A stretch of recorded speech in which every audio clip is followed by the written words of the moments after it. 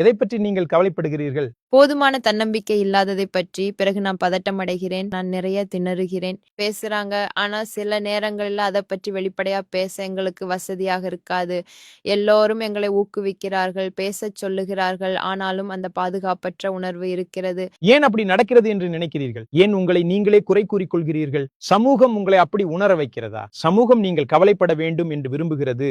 சமூகம் நீங்கள் சங்கடமாக உணர வேண்டும் என்று விரும்புகிறது. நீங்கள் எப்போது பாதுகாப்பாக உணர்கிறீர்கள்? நான் என் நண்பர்களுடன் இருக்கும் பொழுது பாதுகாப்பாக உணர்கிறேன். ஏனெனில் அவர்கள் என்னை நன்றாக அறிந்தவர்கள். எனவே என்னை தவறாக மதிப்பிட மாட்டார்கள். எனவே அது மற்றவர்களின் தீர்ப்பு தான். ஆமாம், உங்களை தொந்தரவு சென்றாங்க, நீ இப்படி நீ அப்படி என்று சொல்கிறார்கள். ஆமாம். நான் எப்போதும் விமர்சிக்கப்படுகிறேன்.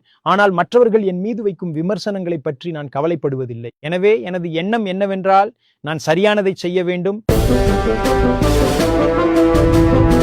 உண்மையின் பாதையில் தமிழ்நாடு காங்கிரஸ்.